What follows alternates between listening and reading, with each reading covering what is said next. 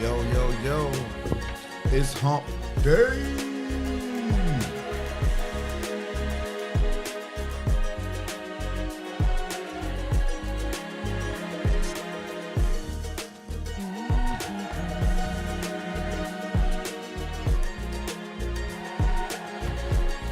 So he got you in that chokehold, huh?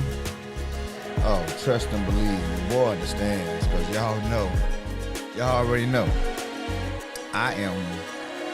I am late this morning.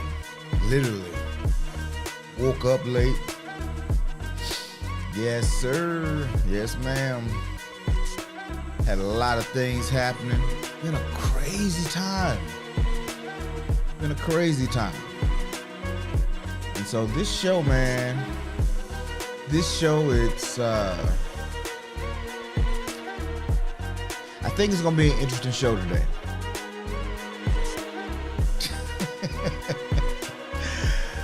Oh man, yeah, it's still asleep. Boom, bap, boom. Welcome to Morning Motivation, where we build community, expand our thoughts, and get our day started on the right foot. Welcome to Motivation. I'm your host, Jamon, and I'm so excited to have you here with us today. On your way into the building, can we hit the like button, hit the share after the show, subscribe if you haven't already subscribed. And if you're free or you're here for the first time, feel free to go ahead and join the chat. Become part of the group officially. Because I know a lot of you guys watching and passing and you're working, you can't do things, your phone is off to the side. But try to make a conscious effort this morning to just say hello to the family. All right, guys, let's get to it. Shout out to everybody. Oh, and if you want to buy your boy a cup of coffee, the link is pinned in the chat. Really appreciate it.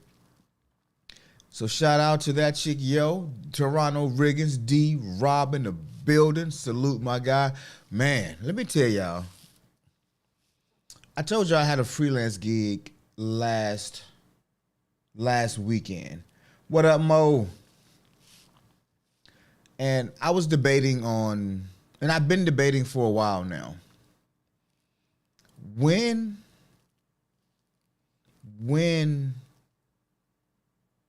am I going to let this career, profession, struggle, love go? Hence the name of today's show. How do you know when it's time? How do you know when it's time to let something go?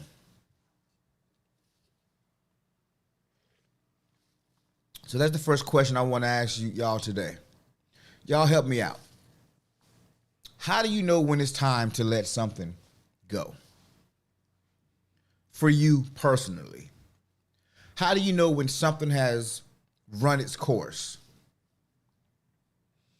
Could be a job, could be a relationship,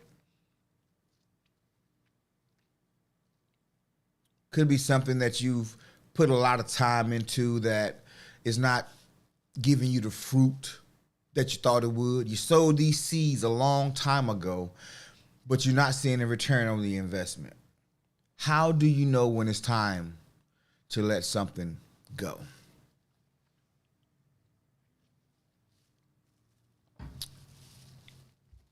How do you know? What is that moment when you wake up and says, you know what? It's done. Talking to one of my cousins last week, and as long as I've known this guy, he's been a smoker.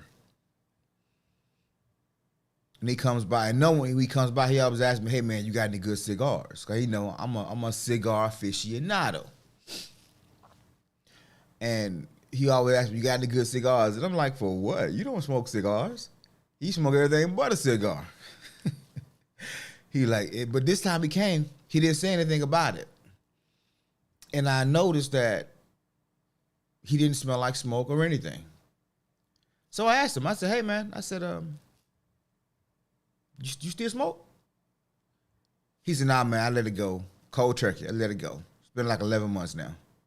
Which tells you how long it's been since I actually seen seen my cousin, right? I gotta get better. But he told me he let go, and he said, he had friends because he's probably in his mid 50s now, and he's talking about how he had so many friends that had heart attacks and that were just dropping dead or passing away, and he said, we all got a clock. We all got a clock. And sometimes we do things like it's okay.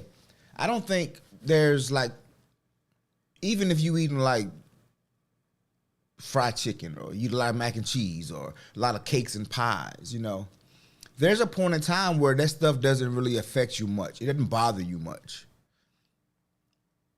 But then you get to an age where every time you bite that cookie, shout out to me for biting the cookie. Every time you bite that cookie, every time you eat an M&M, it goes straight to your belly. It goes straight to your hips and it stays there. That means the clock has expired on that particular phase.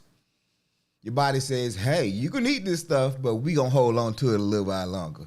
And it's going to take you 5 minutes to eat it, but it's going to take you 5 months to get rid of it. Our bodies play those kind of games with us. Shout out to the body. But what he was telling me was that everything has a clock. And he had noticed that his blood pressure was starting to get higher, even though his diet hadn't changed. But smoking, because he didn't really smoke cigarettes. He did on occasion, but he smoked mostly the little Black and Milds, cherry blends, marijuanas, But he noticed that as he was getting older, his blood pressure was going up and he couldn't figure out why. Then the doctor said, do you smoke? And he said, yeah. He said, well, smoking causes the blood vessels to constrict. So heavy amounts of smoking is putting a strain on your heart, which is why your blood pressure is going high. So he said, dang, there's a clock, doc. It's a clock on there. He said, yeah, we all got a clock. Just like there's a day when we're not going to wake up. We all got a clock. Everything in our bodies, every organ, every limb has an expiration time period. And how you treat your body is when that thing expires. And so having that conversation with him, and he was talking about how he quit cold turkey and how people say they can't do things. And he was like, it's really what you really want. He said, I want to live to see my grandchildren graduate high school. I want to live to see, he named all these things that he wanted to see. And so that was his win. Win to let go. We had a good run, but gotta let you go. I bid you adieu. Toronto Riggins says, when I'm no longer interested or not feeling the vibe, no longer excited about it. And that's the thing I think that trips a lot of people up, especially in relationships. In relationships, especially the longer you're in one, the vibe is going to change several times. The relationship, you're going to grow. You're not going to be the same person that you were, in year 1 as you are in year 4. At least you shouldn't be. There should be some growth. There should be some transition. And in the transition, there's some stagnation. There's some heartache. There's some pain. There's some growth, what they call them, birth pains. And so you can get tricked by thinking the relationship is run its course, when in all actuality, you were just running your course. And sometimes we quit a relationship too soon because it no longer serves the person we're trying to be. Sometimes we stay too long and it drains the life out of us, which derails us from what we're trying to do. So the question on the table today is, how do you know when it's time to let something go? How do you know when it's time to move on to that next phase, that next transition? D-Rob says, I love me a cigar, bruh. My favorite cigar is a lot of the guys that I know that participate in the cigar game.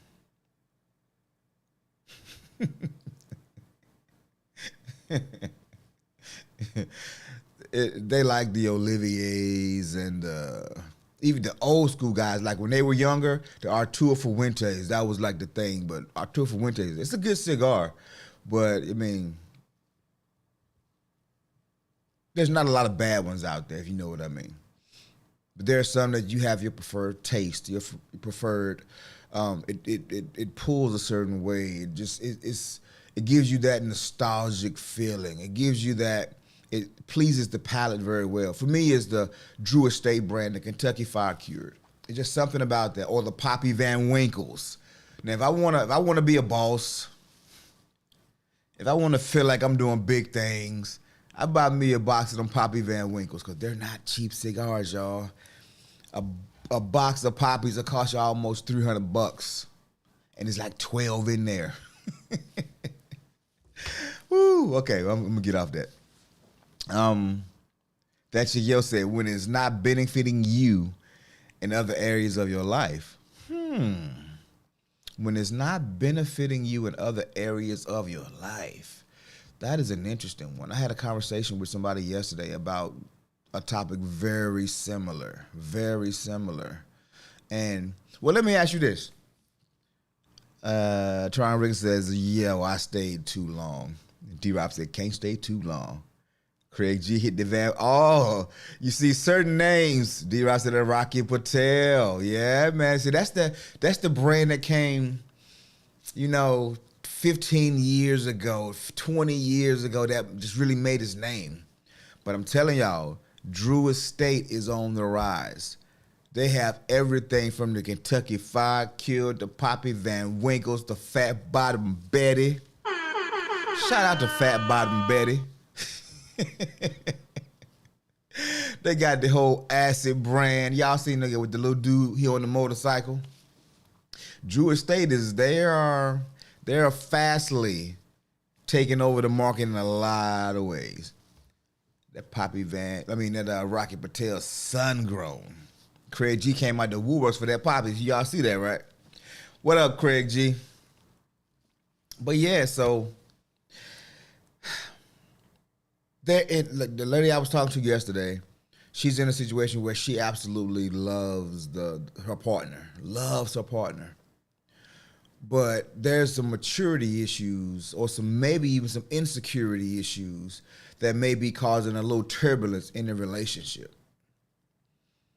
And that's her asking, man, how long can I do this? If it didn't get any better, if this was it, how long could I stay in this relationship? And that's the question that I always ask. That's the question I always ask when I get into a relationship with somebody new. And I start to see them, not their representative, but I start to see them. The question I always ask myself, if this never got any better, if this was the best it was ever going to be, could I deal with it? Does she provide me the value? Is he a solid enough person that I would want to be in this business relationship with long term? If this thing becomes successful, can I stomach him being my business partner or her being my business partner or being married to her? If this was the best it's ever going to be, am I okay with that? Now, odds are, we all know nothing stays the same. And if the person is the person that you think they are, and they have a forward-thinking mind, meaning they are about growth, and they have an actual proven track record of growing, then odds are it's going to get better than what it is now. But sometimes we get in our own feelings, we get in our own head, and it's hard for us to make decisions. It's hard for us to make decisions sometimes. I was watching a documentary, and I wish I could remember where it was right now, but I can't, so I'll explain it. I was watching a documentary, and it was talking about baby eagles, baby birds, how when they their eggs. The mom, she sits on the egg and she keeps it warm until it hatches. And then the moment it hatches, the mother flies off to find food, worms and grubs and all those things. And she bring it back, and the baby birds are like, burr, burr, burr, burr, burr, burr, burr, burr, burr. And she drops them in their mouths, and she's feeding each one. Then she'll fly out and get some more. And then when other birds in the area or snakes are trying to get up in the tree and get to the birds, she's fiercely defending. She's providing everything they need: shelter when the weather is bad, food when they're hungry. She built this nest to keep them safe. She's doing her job. But somebody say sometimes. Sometimes. Turner Regan says, I've asked myself when dealing with relationships, do I have the capacity to be with that person and their flaws? That chick said, nah, they were stuck on struggle. Yeah, be like that. I'm telling you it is, because relationships are complicated. Especially when you've grown fond of a person. When you grow fond of people, it makes it harder to see yourself without them. Because when it comes down to it, people matter. People have value. People have worth. Everybody's contribution matters at some point. Until it doesn't. And that's all really a value proposition. When you stop being valuable to a company, they find a way to let you go. When you stop being valuable in a relationship, the relationship becomes strained. All these are volunteer activities. And we volunteer based upon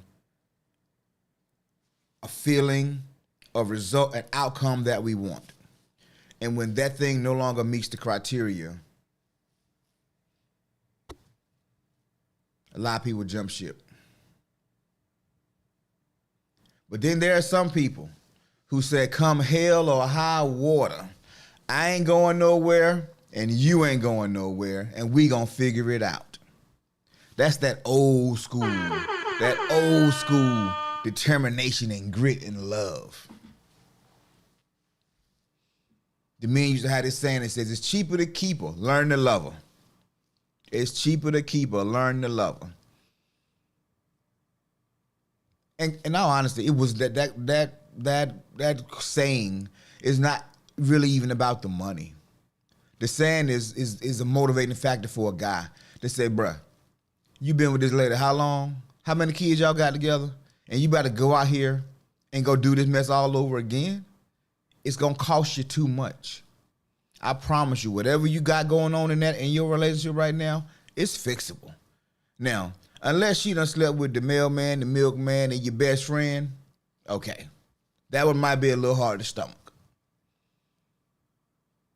But there are a lot of guys out there, just because that girl go out there and have a random gathering with another guy, every guy isn't going to leave just because that happened.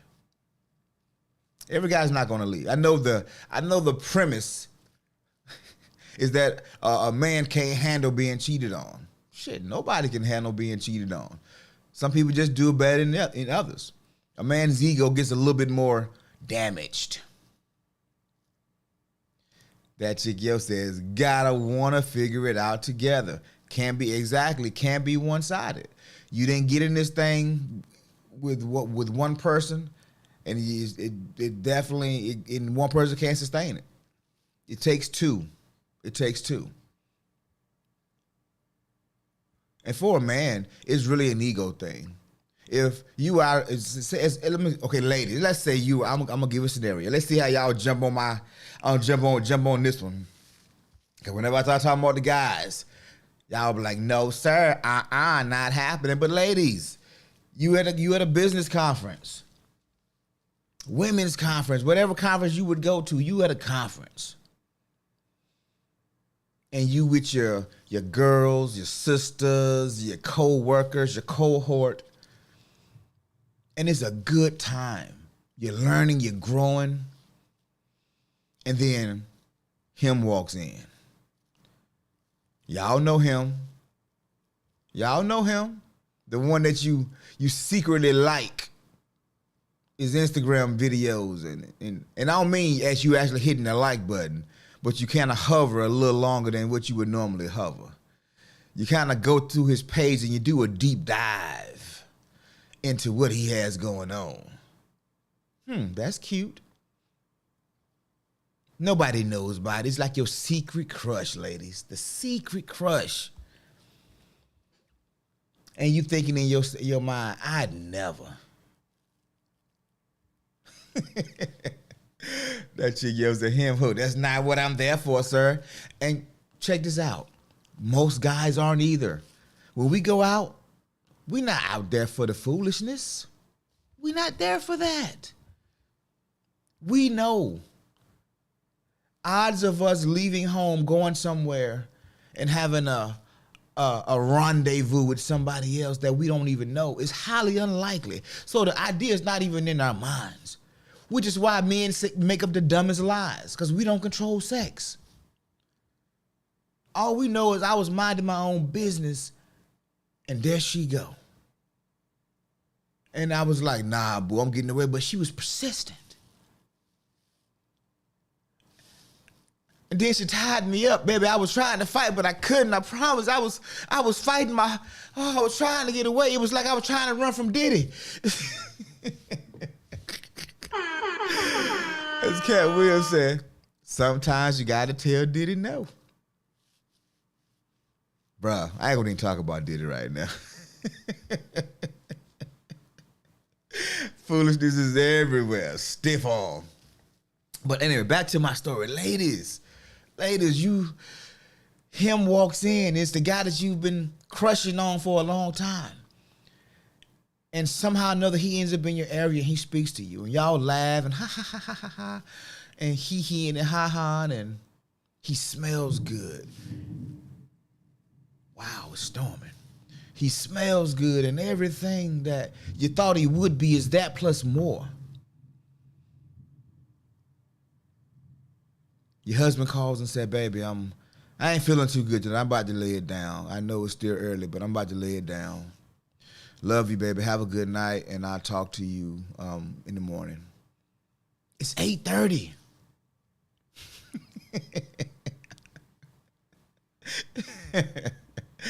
Monique says, I'm that friend that said he's married.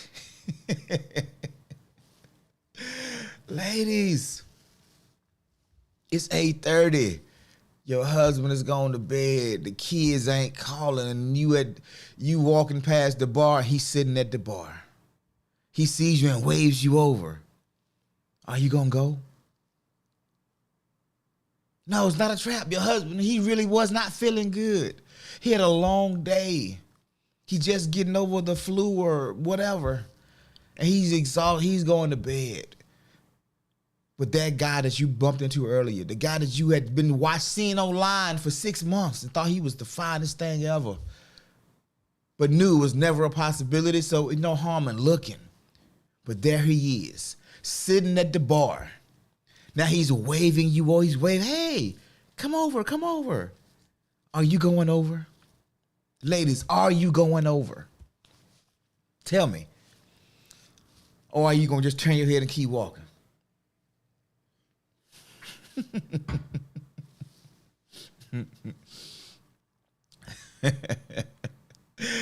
Say, run, it's a trap. It's all laughs and giggles until that tear falls down. Ooh. Okay, D, I hear you, bro. That just gives a key walker. I ain't see no one waving at me or waving me over. Oh, see, y'all say that now. You see, y'all say it because it's the politically right thing to say. I know y'all. Y'all think your boy don't know. You know how many chicks I done waved over? Come on.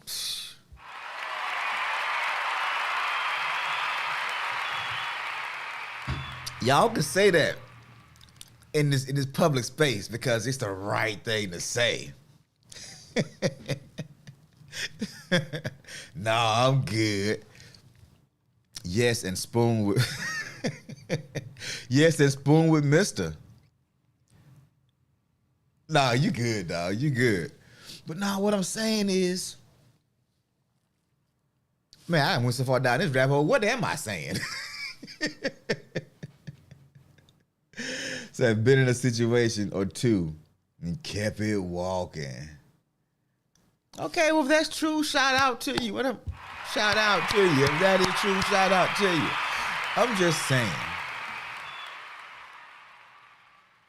Temptation has a stranglehold on all of us equally.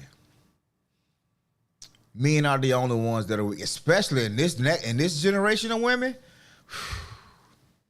It's ridiculous. Women way worse than men when they come to it because y'all control it. Y'all control access to sex, and so because you are the gatekeeper to it, which is why what they said, women are better at cheating than men. You control it. If I knew I could control every moment of when and how, and yeah, it's too easy. But guys, we operating on the fly. We make it up as we go. And sometimes it ain't one good enough. You can't tell a good enough story to get out of that one. So you just gotta take that L. But anyway, that's not what I'm saying. What I'm talking about today is how to know when it's time to let it go. It's the head nod come over. Yeah. D-Rob, no. D-Rob, no. I've been nodded over. I've nodded people over. And I know it's like I've had more come than I've had more come over than not. If I was really interested. There's been one or two I had to go get.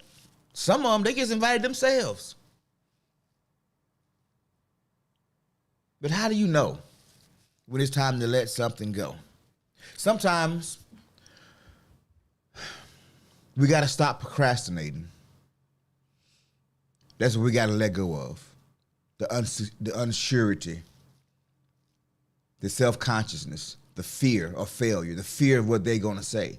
Sometimes that's what we got to let go of. It's not always a relationship or something that matters.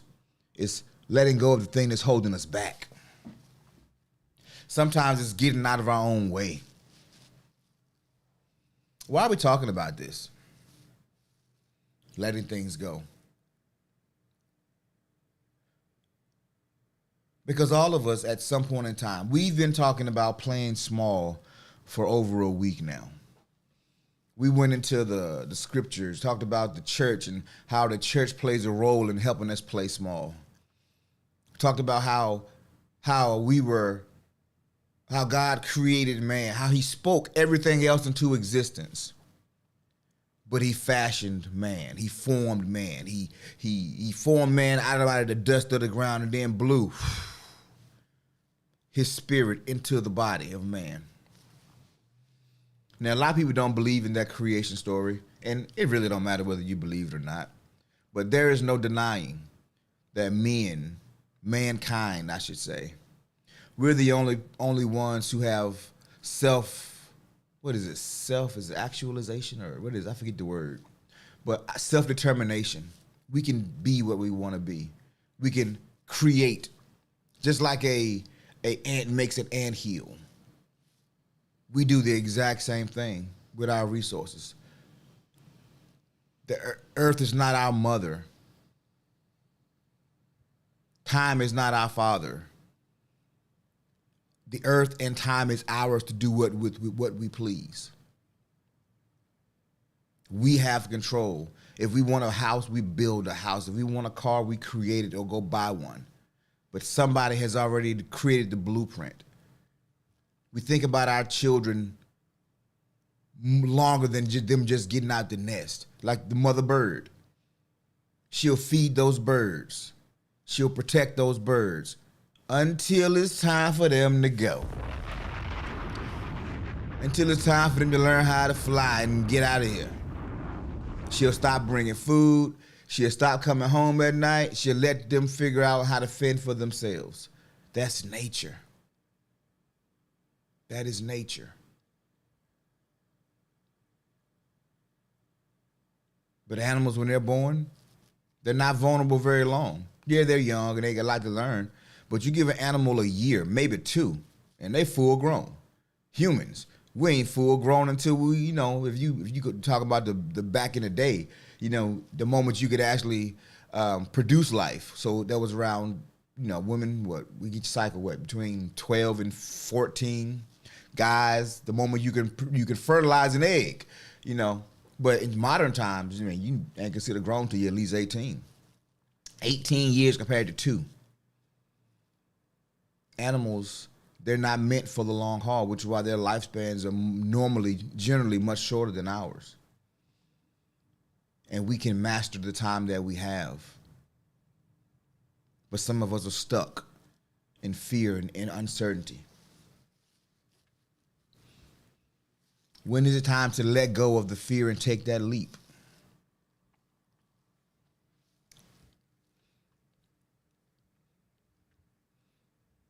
And I've noticed that when I'm trying to figure out when to let something go, I notice that I get real uncomfortable. I notice that the environment changes around me. Change is always an indicator that it might be time to do something different. I've learned to not react too quick, though, because sometimes change may seem hard in the beginning, but it's going to make you better. Letting go of. Like the day I decided to let my wife manage our finances. I'm 40, I'm over 45, I'm 46 at this point. And my wife, 47. My wife comes to me and says, hey, babe, won't you, I'm keeping track of the bills, but if we had our money together, I can do this or I can do that. And I'm looking at her like, huh? What? I can hear you. Yeah, what? So you want to manage my money and your money?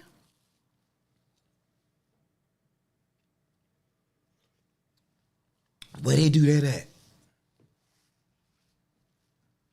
Where they do that at? But I'm the main one that's saying a relationship is a business. It is a business entity. The names change. Property and responsibility and expectations are all commingled. So how am I expected to have a successful business venture, relationship, marriage, and we're not truly united as one company?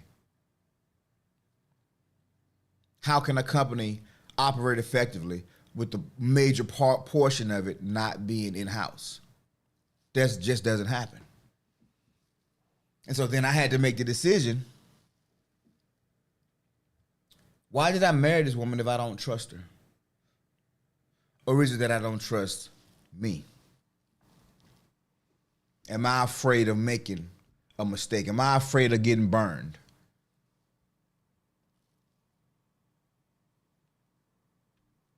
D-Rob says, I met a woman who good with money, but I know me. So that's a green flag. Oh, green flag. Really.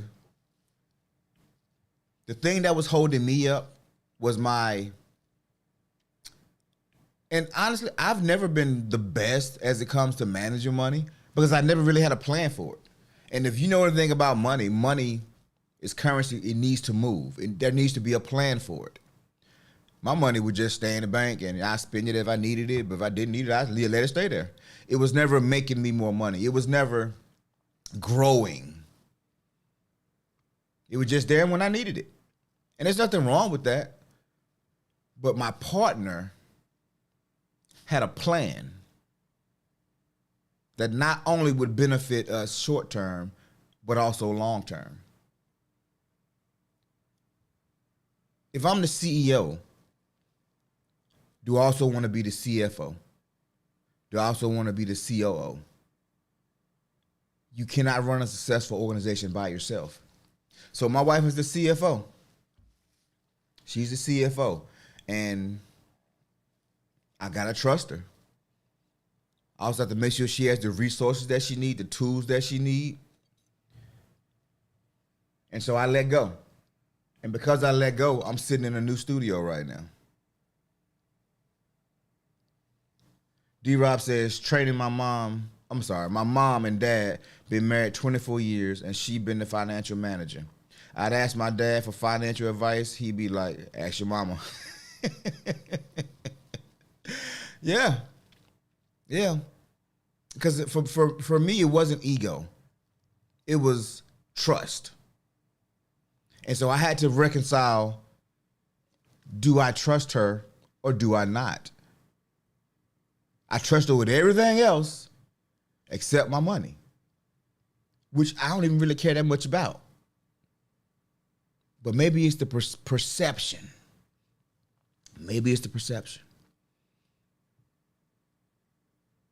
So letting go. Why are we talking about letting go today? Why are we talking about letting go?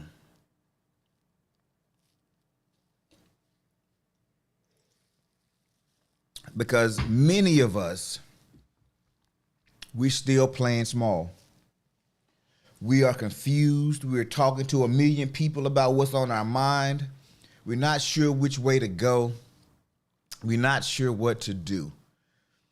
And I will say this, if there's uncomfort in your life, if there's hard times and you can't seem to shake them, if you keep getting the same bad results, there's something that need to be let go of.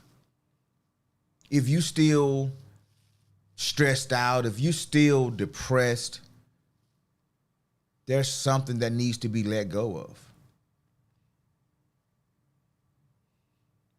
D-Rob says, so can a man still lead and provide with the wife in charge of the bread? Said, no offense at all, ladies. So let me put it this way, D-Rob. If you are the CEO of the company, are you still the CEO if you're not the chief financial officer? If you're not handling the budget? Yes, the answer is yes, you're still the CEO. Because you were appointed to be the CEO by a board or by people who thought you were worthy of the position. They trusted you. And so as you're building your team, you're going to have to trust people to be for the best interest of the company, for the best interest of what is actually going on, right? As a leader, when we sit down and have our meetings, I say, hey, boo, this is what I'm thinking. This is what I want to do. What does the money look like? Can we make that happen? Or I'll give her advance notice. Hey, I want to talk about maybe buying this, acquiring this, or making this move at this particular time. Look at the finances and kind of figure out how we can make that happen. Let's meet in like a week, or let's meet on Sunday or Saturday. And then I walk away. And then when our meeting time comes, we sit down, we have pleasant conversations. She's had time to process and think about it. She understands what I want. She figured out the best way to get it, and we have a productive conversation. The stress is no longer on me to manage everything. There's freedom in that. Now I can lead more effectively because I don't have to do it all. As a leader, I am a visionary. And I take my vision to my wife in this case. I take my vision to my business partners and say, hey, this is what I see 10 years from now. These are the outcomes that I want to have in 10 years. Help me create the process to get us there. My operations officer, do we have the personnel to make this happen? Do we need to bring in people to do trainings? Do we need to have a strategic planning meeting to bring all invested parties together? Leadership is delegation. Leadership is thinking. That's what it really comes down to, D-Rock. Exactly. That's when the teamwork come in. Toronto Regan says it's good to let go so that something greater can take place. You can't exist in the old and flow fluently in the new. It's not going to work, my opinion. No, you're right. All facts. All facts. So D, your title, this Toronto Regan says, your title doesn't change. You're just putting the right players in place so that your company household can be successful. Yep. You keep dropping that my opinion in there. Your opinion is solid over here. That's what it is. And I think deep down, I think money is just money is worshipped in a capitalistic society. If you have it, you somebody. If you don't have it, you're nobody. If somebody's trying to take something from you, it's probably your money first. If there's a scammer out there, they're trying to get your money. And so money is become a very valuable commodity to most of us. Because if we don't have it, we don't eat. We don't have it, we don't provide for our families. And so money is an essential resource. And so people do protect it a little bit more. And especially if you ever been around somebody who was a poor manager of money, you tend not to want their outcomes to be in your life.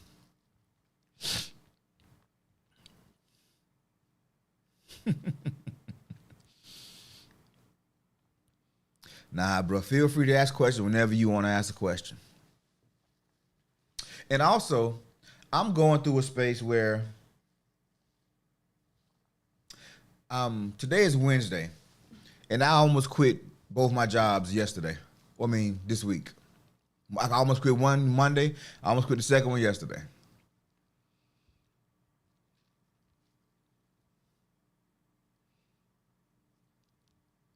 Because I see my future. I see what I want. For the first time, the whole picture has come together. The whole picture has come together. And so I'm telling my wife, and she's looking at me like, I'm like, babe, I think I'm about to just quit. She's like, babe, don't it up. That's our family motto. Don't F it up. But the problem that I'm having is this vision that I have is so big that it's going to require so much energy to make it happen. And it's so big that I can't do it by myself. So I have to start building a team. Oh, Craig, you said, I'm with you. I have an idea. You know what? I could go back to stripping. Y'all know I used to be a stripper too? Damn, did I say it out loud? Shout out to me.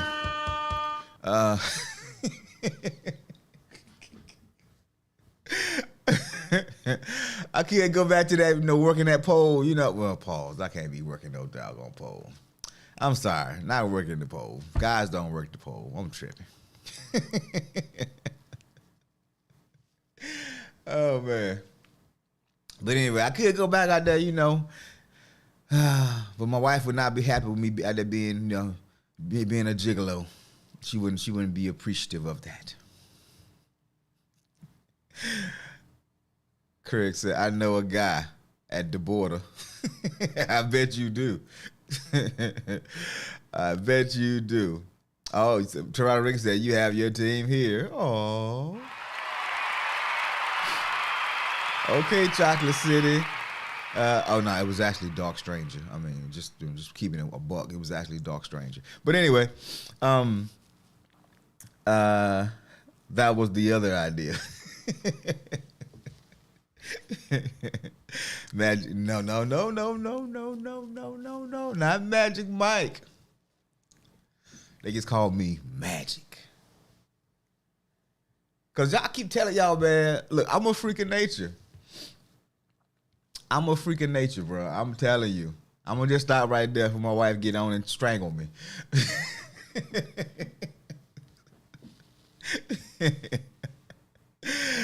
Oh damn! Nah, you didn't, D. Hershey's. Oh man, no, no, no, no. That's wild, bro. Bruh. Oh man, that was funny as hell, D.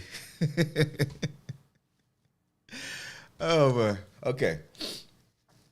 So this vision that I have, this thing that I want to do, it is so big that I can't do it by myself, and it takes a lot of mind power, a lot of willpower to do it, to pull it off. And there's only one problem. I got a whole life that is dependent on my current flow of income. And so how do I walk away from my current life to one that isn't established well enough to provide, to take over from it? And so that's where I am. And so I'm experiencing so many challenges at work now. I wish I was freelancing again. I wish I was freelancing full time again. And that actually might be the answer, that I actually go back to freelancing. Might be, I'm not 100% sure just yet. I'm still thinking about it. So I need y'all to help me think about this just for a few minutes.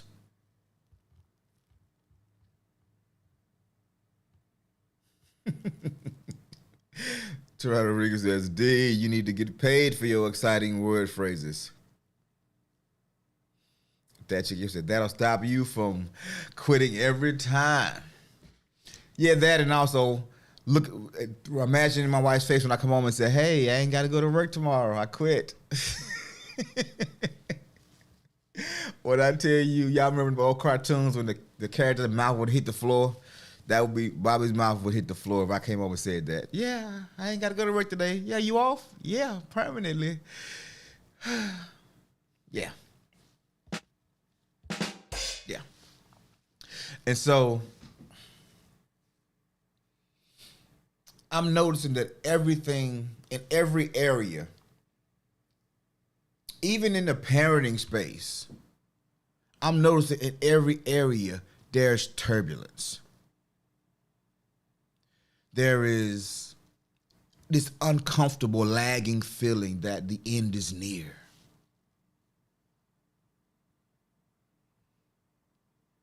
And I'm having to come to terms with,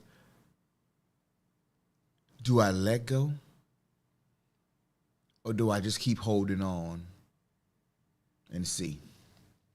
Or can I be disciplined enough to make every waking hour count? Do I literally go in and do I start back to working 20-hour days and getting 4 hours of sleep, or missing sleep altogether?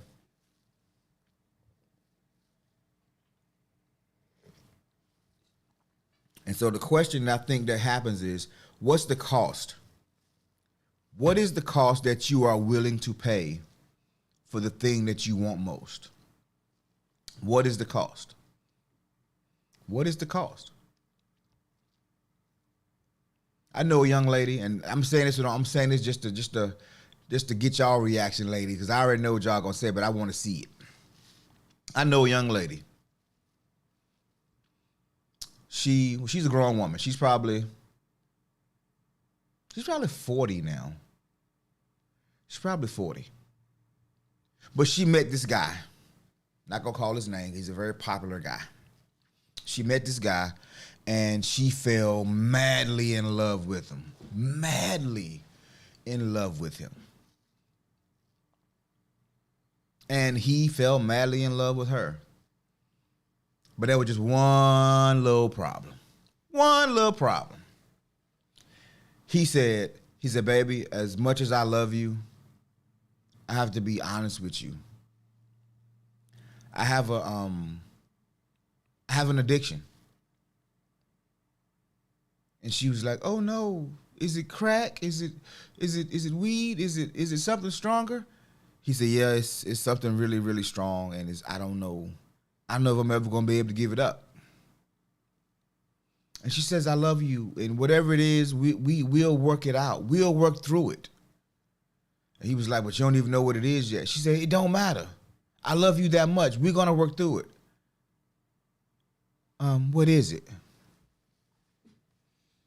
He looked her deep in her eyes. And he said, I'm addicted to sex. Bruh. I've never been able to be faithful in any relationship. I am incapable of restraining myself very long. And I've never met anybody like you. I don't want to be with anybody else but you. But in these 6 months that we've been together, I have been struggling. I don't even want to. It's something inside me that just need that. I don't know. And I don't know what to do. And I don't want to lead you on. I don't want to lead you on. And I don't want to hurt you. And she said, baby, I am not used to having these thoughts. I'm not used to people being honest with me like this. I've been cheated on like anybody else, and my heart gets hurt and it gets broken. She was like, but if you can promise me that you're never going to leave me, I'll help you with it. He said, Pleasure P said the same thing. Yeah, it's a real thing. And they have been together for over 10 years. Over 10 years. They have been together over 10 years. She has brought ladies home. And the crazy thing is, she's not out there just indulging with him. She's feeding that need in him. And somewhere around year 8,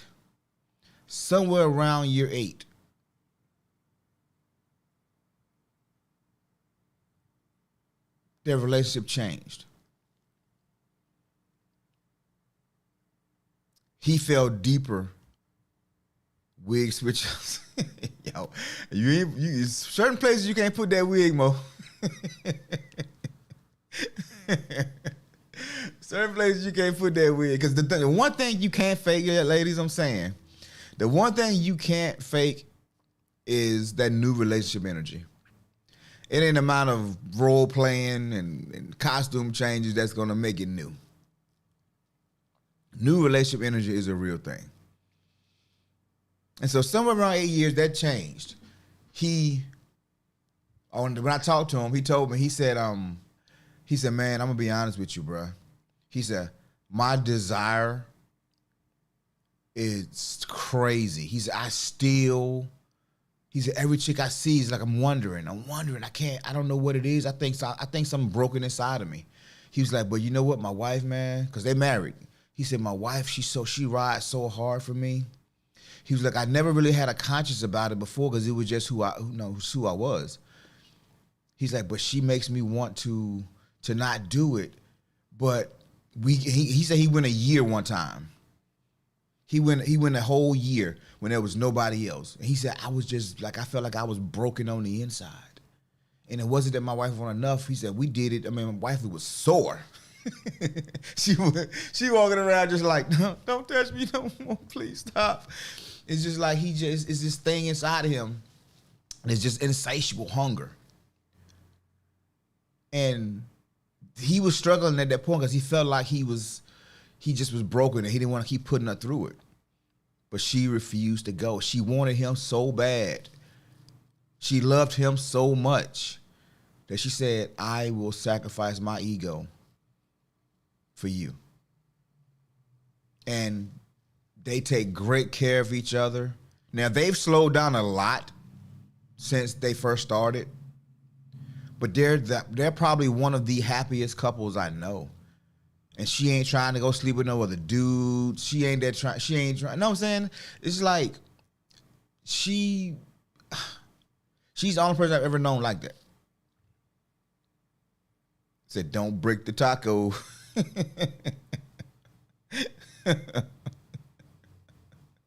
But no, we run across people in life, and it may not be a sexual addiction, but some people have impulse control issues, and they every time they see a donut, they gotta eat it. They're kleptos. Every time they go in a store, they stealing something, putting it in their pocket. Not that they need it. It's just something inside them that say that's that. And some of us is pride. Some of us is ego. Some of those things are easier to hide than others.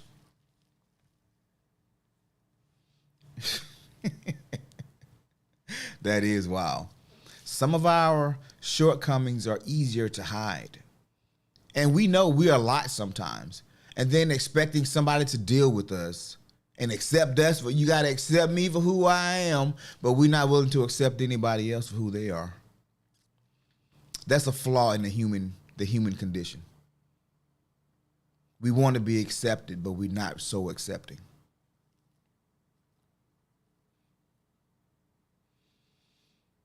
And so since it's Wednesday, and Monday is Good Friday, but I gotta work Monday. I got a gig that starts 8 a.m., man. Who does meetings on Good Friday morning? So I won't be able to come back on a Monday, and I can't come back tomorrow because some other things do. So today's gonna run a little bit over. So if you gotta go, thank you for being here. But I want to close out, and I want to show you my last journey. And some of y'all have been asking about what it was like as a freelancer. You know, what it looked like. And so I took some footage of this last event that I did. And I'm wondering the whole time, is this going to be my last time? Is this going to be my last time? Things are coming to an end, but new things need to be born. So when is it a good time to let go?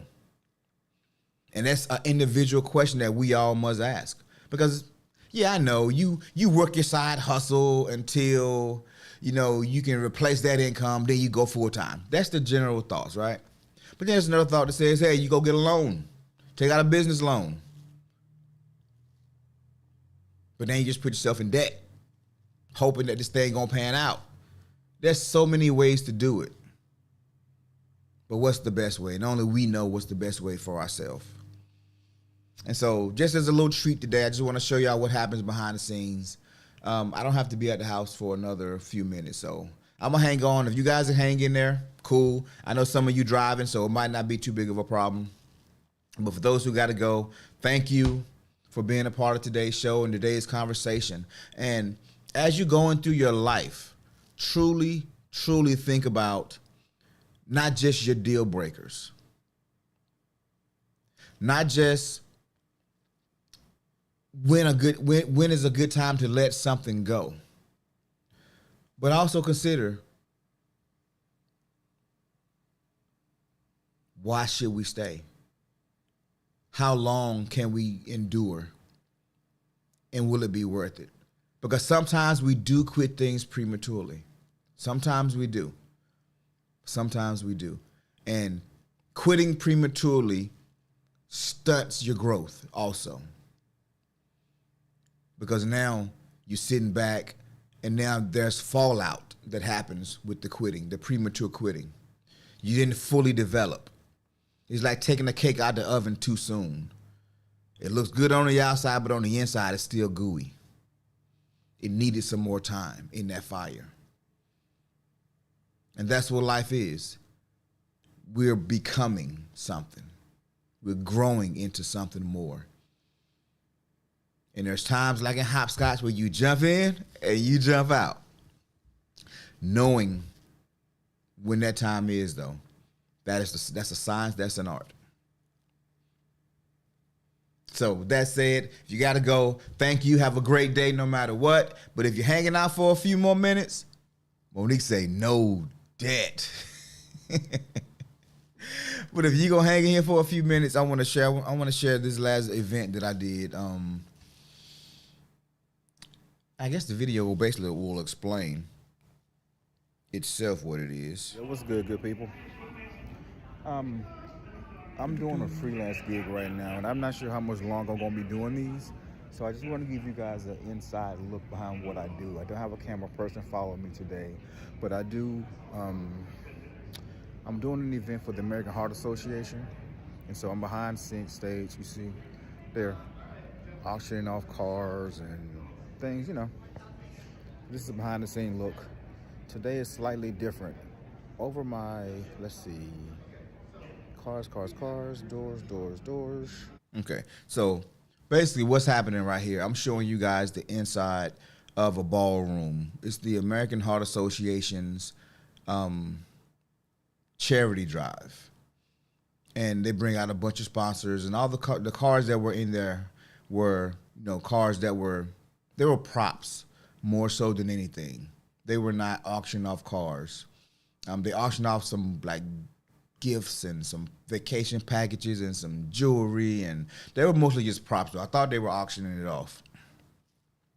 And so on this particular gig, it was a last minute thing. They were not going to do prompter, and they don't have enough room in the control booth. So this is what the prompter area looks like. And so I'm behind stage for a couple of different reasons. It was a last minute gig that somebody couldn't do, and they needed somebody to run the teleprompter for the people, the presenter that was on stage. And so I am behind stage. That's a monitor view of actually what's actually happening. And the setup, behind the scenes always looks really messy, and dark. And so you have my little setup here, and I am really about 15, 20 feet from the stage. There's a control room in the very back of the stage, back of the room. And sometimes when your control room is far away from the stage, it's not ideal to run a bunch of cable, because the signal degrades the longer the cable gets. And so I'm sitting in the back room right behind the stage. And so I have a really bird's eye view to the crowd and actually what's happening. And so this is a better view of what's happening. This is all the uplighting and all the cables that run through all the cameras in the building. Storage. You see the red lights coming up. It's in front of that curtain right there. There's a bunch of uplights that's making everything look red. And so this is one of the camera guys. He's out there trying to get his position situated. Then the wait staff is actually setting up food and everything. But this is an overall grand view of what the room looks like. And I would say that's the back control table back there. We see a big camera there. There's another camera off on the far end. And I would say it's like about between 80 to 100 people in this room. And so this is two of the presenters.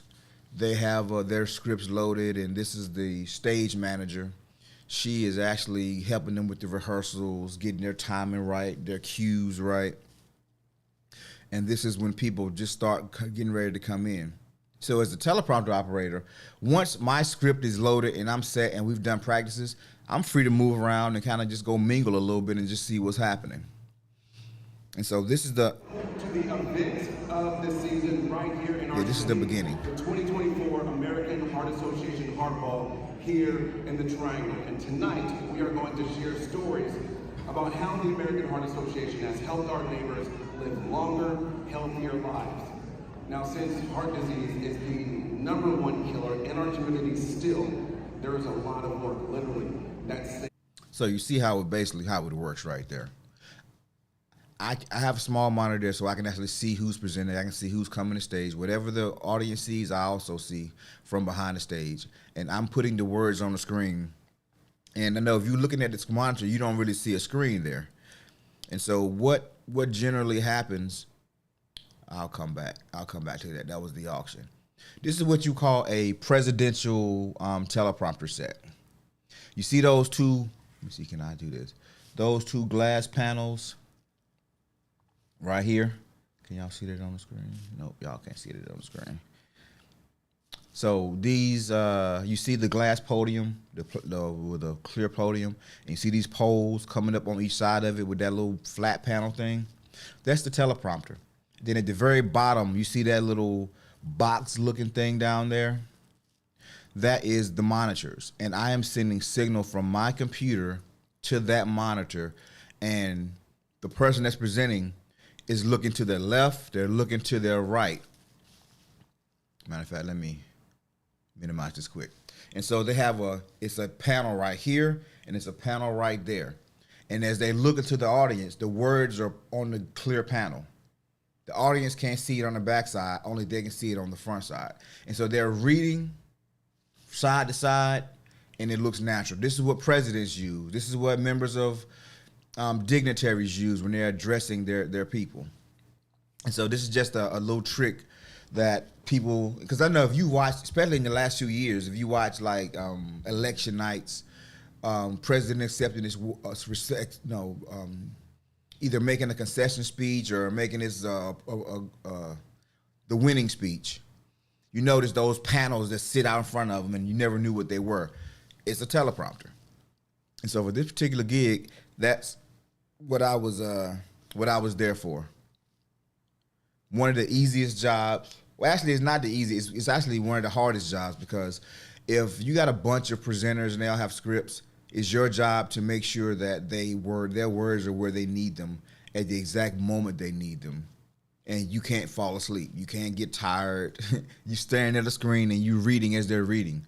So a teleprompter operator has to be a person that has a lot of focus and can make adjustments on the fly. It's more mental work than physical work.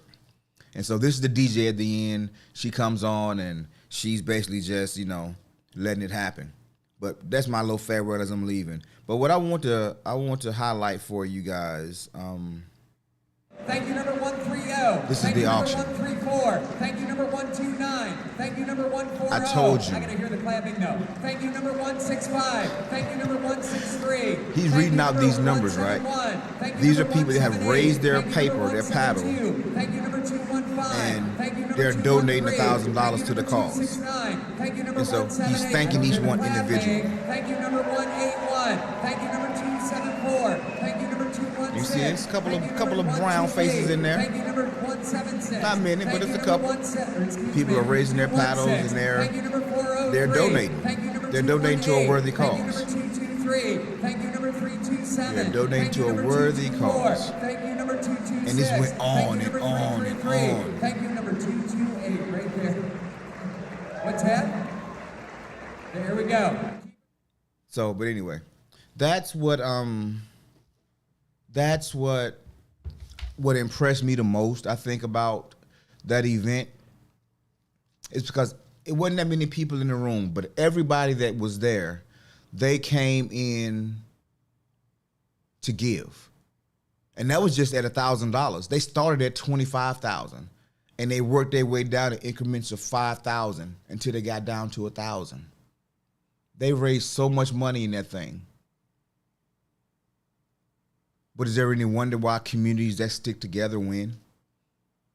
Is there any wonder why people who stop thinking about what the person's going to do with the money, are they going to do what they actually said they're going to do with the money?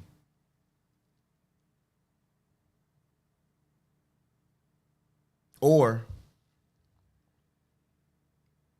we make just enough to survive and we don't have any extras to give. You see, in our community, we have to start. That Chicky said, "Don't give it up, kinfolk." Don't give it up, kinfolk. I mean, I enjoy a lot of the work that I do. The thing is, though, I don't want to do that work for everybody else. I want to do it for my organizations. But because I'm so busy doing the work for everybody else's organization, I don't have energy left to do for mine. Because I would love to be in a room like that, full of black and brown faces too. And we're giving to causes. We're sponsoring families. We're helping families out. We're creating pathways for education, and I'm not talking about college. We're giving people training and education that they need to make their lives better. And our community has been so steeped in struggle that we don't know how to truly get ahead. Because most of us, most of our culture is so busy trying to look like they got it instead of actually getting it. And getting it where we can keep it. And so we have a lot of work to do on the back end.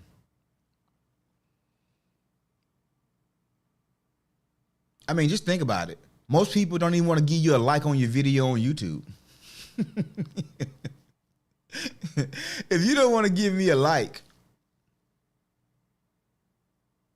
and I'm not talking about me in particular, I'm not talking about y'all. I'm just saying I go to so many different platforms and I'll hear people saying, bruh, it's like 1,000 people in this room and I got 10 likes. What is going on? Why y'all here if y'all don't like the content? Because we've been taught, we've been programmed to think that if somebody know we like something, we are somehow vulnerable. We've been trained to look at the angle. Are they trying to get over? We can't even give stuff away. What's wrong with it? Why are you giving it away? There must be something wrong with it.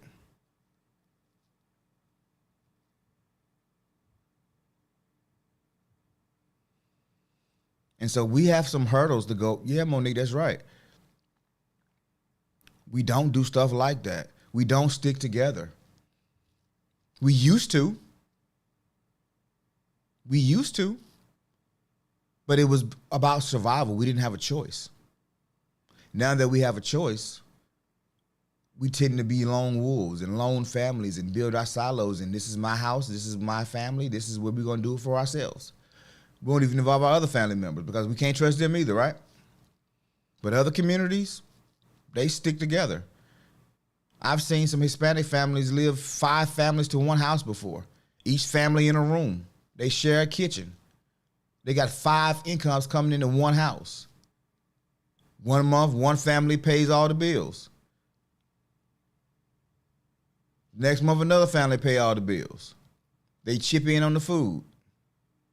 They're stacking their money. Inside of 3 months, guess what?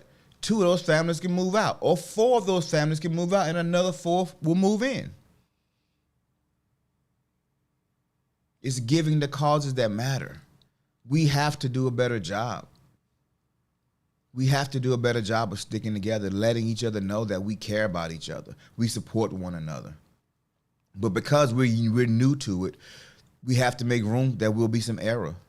There will be some people that get it wrong, and we got to have grace.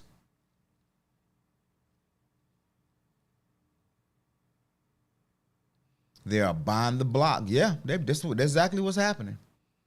They're terraforming their own communities because they're working together. When a lot of our Arab brothers and sisters come here, they live the same way. They stack their money. As they know, they bought a little corner store. 2 years later, they have 3 corner stores. 5 years later, they building up houses, their own communities, and they own every store in the doggone in that area.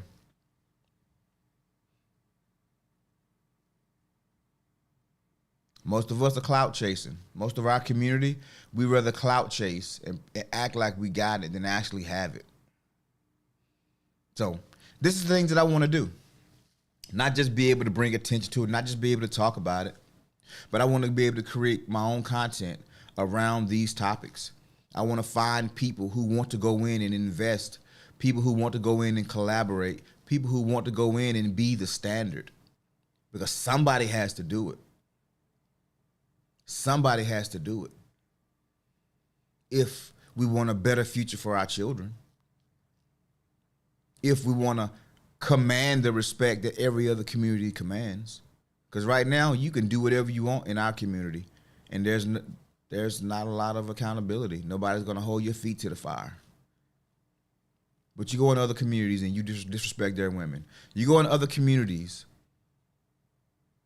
and you abuse their children. Oh,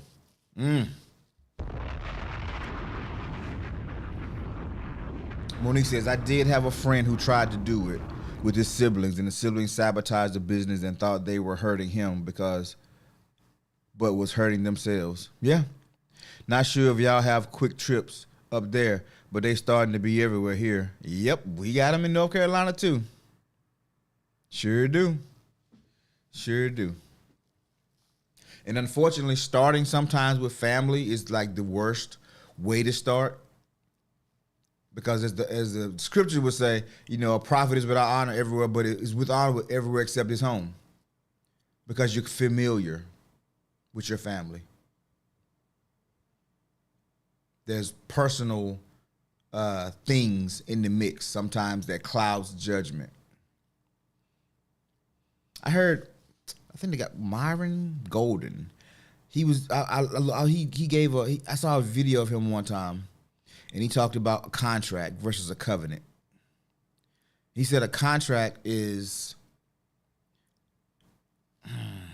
an agreement of mutual distrust. Yeah, meaning I don't trust you and you don't trust me, so we're going to have this contract to make sure we do what we're supposed to do, and we're going to legally bind each other to what we're supposed to do. That's a contract. But a covenant is a mutual love for each other, a mutual respect for each other. And if I violate my word, death be upon me. If you violate your word, death be upon you. Because God made a covenant with Abraham, and if he don't carry it out, then God would die, right? But that's how strong a covenant. That's why a covenant is much stronger than a contract. These other groups, they're making covenants with one another. But that's why we just making contracts because we have mutual distrust of each other. But anyway, that's my soapbox. And so my last little video here is as I'm exiting the building. All right, that's a wrap. Yeah, been a long day. Not super hard work. It's a good event, good cause. Made me think about things in my life that I might want to tighten up. Y'all will see some of the videos, and hope you enjoyed it. Might be my last time doing it, man. Last time I'm gonna do the back alleys of a random hotel room. As the party is just getting started, do not prop open doors. I guess I can go this way. Let's find out. Yep, I can. Haha. Get me right to the elevator. All right, see, got my little cart with all my little teleprompting gear. I'm leaving the hotel. Ballroom there. It's 10 o'clock. The party's about to get started for them, but it's shutting down for your boy. About to hit this elevator. And I'm calling it a night. I ain't messing with you, So, anybody who's never been interested in what the life of a freelancer looks like, this is pretty much it. Yep, that's pretty much it. Pretty much it. So that's what I do. So D-Rob said he got a trainer, right? He got a bone to pick with me on this North Carolina food. Let's see what this foolishness is about, y'all. What does D-Rob say? It's a guy on TikTok, kind of like Keith Lee. He's in NC right now, and every review has been bad.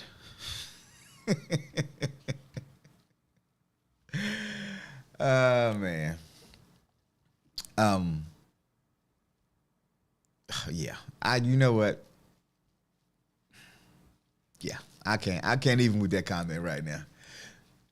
Send me some links. Send me a link, D-Rob. Put a link in the chat. I just want to see. I want to see what places he's going to.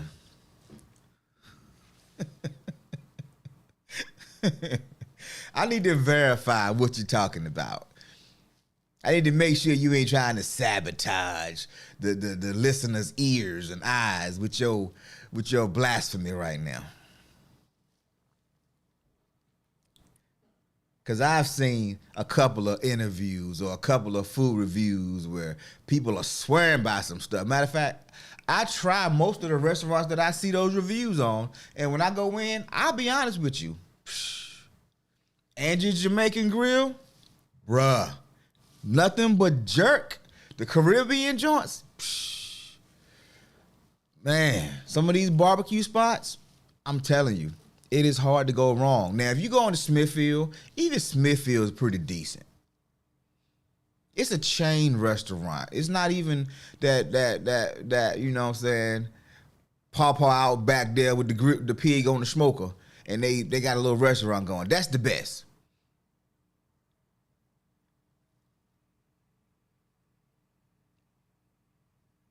Mr. Chime Time. With a name like Mr. Chime Time, he lame. All right, so Queen's Soul Food was one. Queen's Soul Food. TikTok? See, D-Rock, why you making me do this? Why am I even listening to you right now? Why am I opening my TikTok app right now? Why am I doing that? Just a misdemeanor offense. Oh, man. Why am I even doing this foolishness right now? I've actually never heard of Queen's Soul Food, though. If you're in Charlotte, North Carolina, don't forget to check out Queen's Restaurant Soul Food. This is one of my favorite places to grab convenient soul food from. Is it just me, or places like this always have the best food? I was going to get a meatloaf plate, but they were all out of meatloaf, so I opted for a veggie plate. Yes, I do like meatloaf. Your meal comes with cornbread or a roll, and it also includes your drink. You have to try the peach juice. It is so good. It tastes like Kool-Aid. Don't forget to check them out. If you're in Charlotte, North Carolina, don't forget to check out Queen's Restaurant Soul Food. This is one of my favorite places to grab. So as you see, reviews come a dime a dozen, right? Oh yeah, let me get my phone about there. I had to be careful going to my camera roll, y'all. I was like, okay, let me create a separate folder.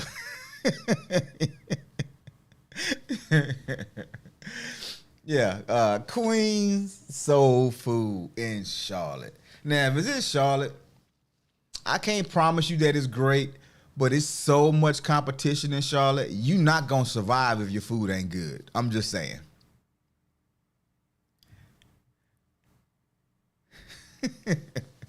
And I'm going to be honest with you, some of those back hole in the wall spots have some of the best food. So I never judge it based off how the building looks.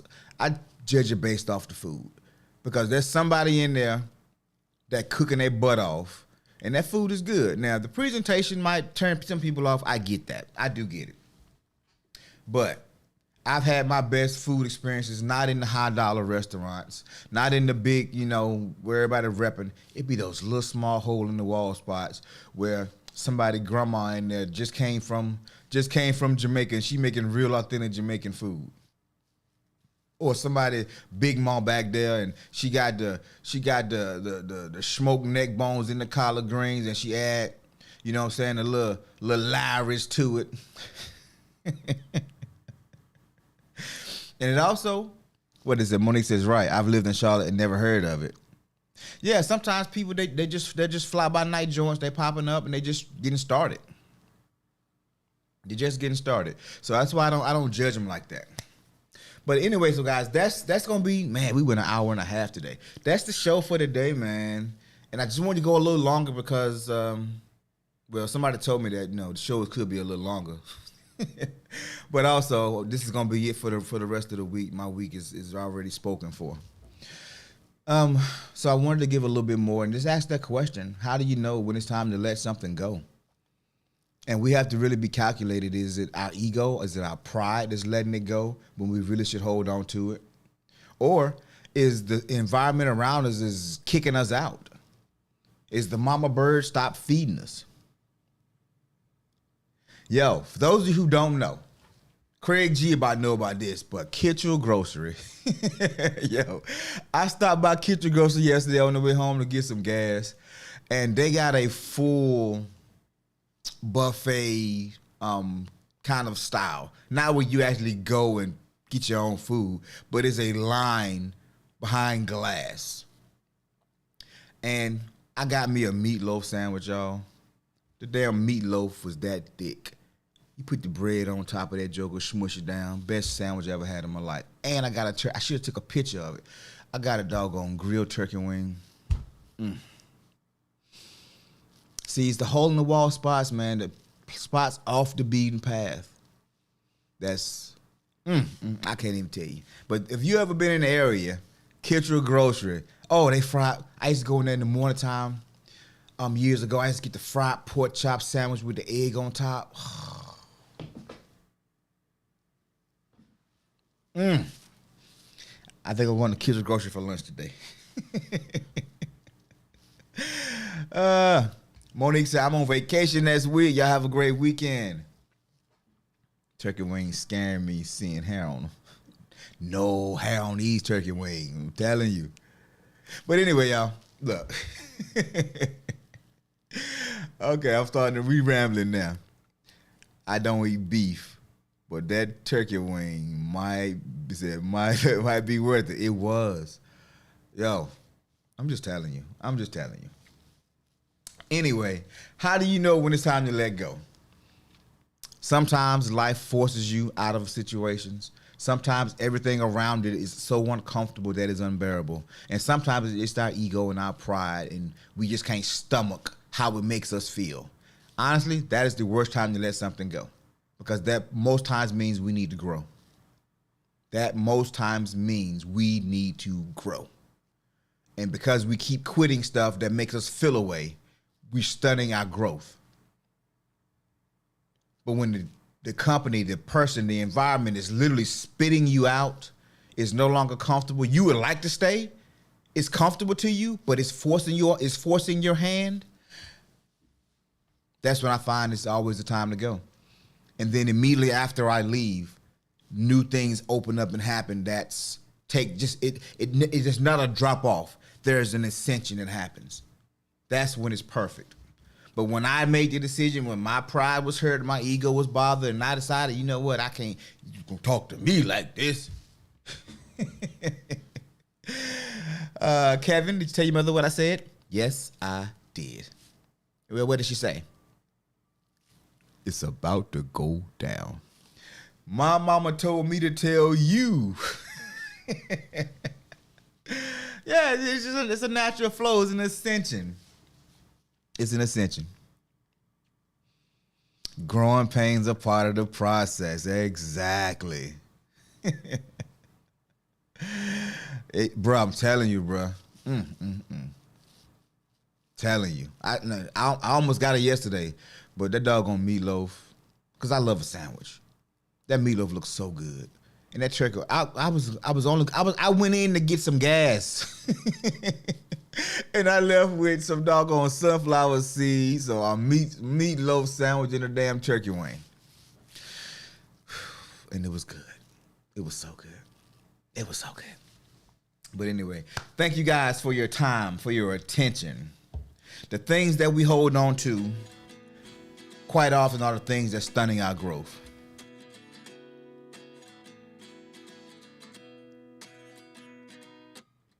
The things it'll change your life, D. Exactly.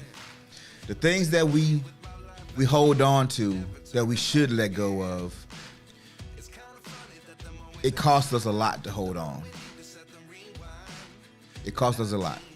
So we have to be vigilant about how long we stay in a place that's uncomfortable. But we also have to be just as vigilant when it comes to leaving too soon.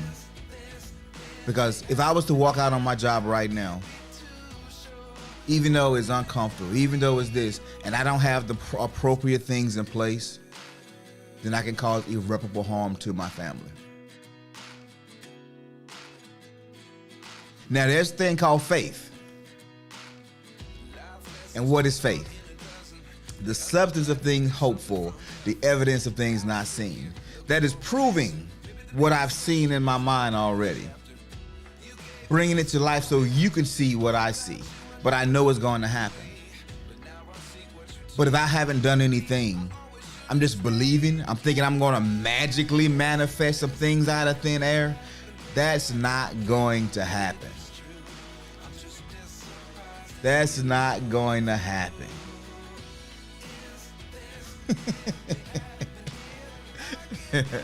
What up, boo?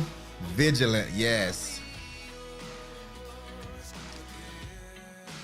Yeah, so being cognizant of when to let go. Sometimes you let go too soon, it'll hurt you. But when the timing is right, you'll notice that as you're jumping, another ladder, a hand, something opens up and you can go right in and you go to higher and higher heights. So ladies and gentlemen, thank you for an amazing week. Don't play small any longer. Shoot for the stars, because you still win if you land on the moon. There is no ceiling but the one you set. There is no limitations but the one you place upon yourself. Let your pride, let your ego go. Be willing to sacrifice for the things that you truly want. Don't be afraid of hard work, but guess what? Hard work doesn't always equate to success. Sometimes we have to work smarter. We don't have enough time to trade for the amount of money that we need. Sometimes instead of walking, we need to ride a bike. We need to change the vehicle. Instead of riding a bike, we want to get in the car. We need to change the vehicle. Something that creates more value with less effort. But anyway, thank you guys. Have a blessed day. And if you want to buy your boy some coffee, I appreciate it so much. As the church say, give, and it will come back to you. Good measure, pressed down, shaking together, and running over. Remember that, Craig G?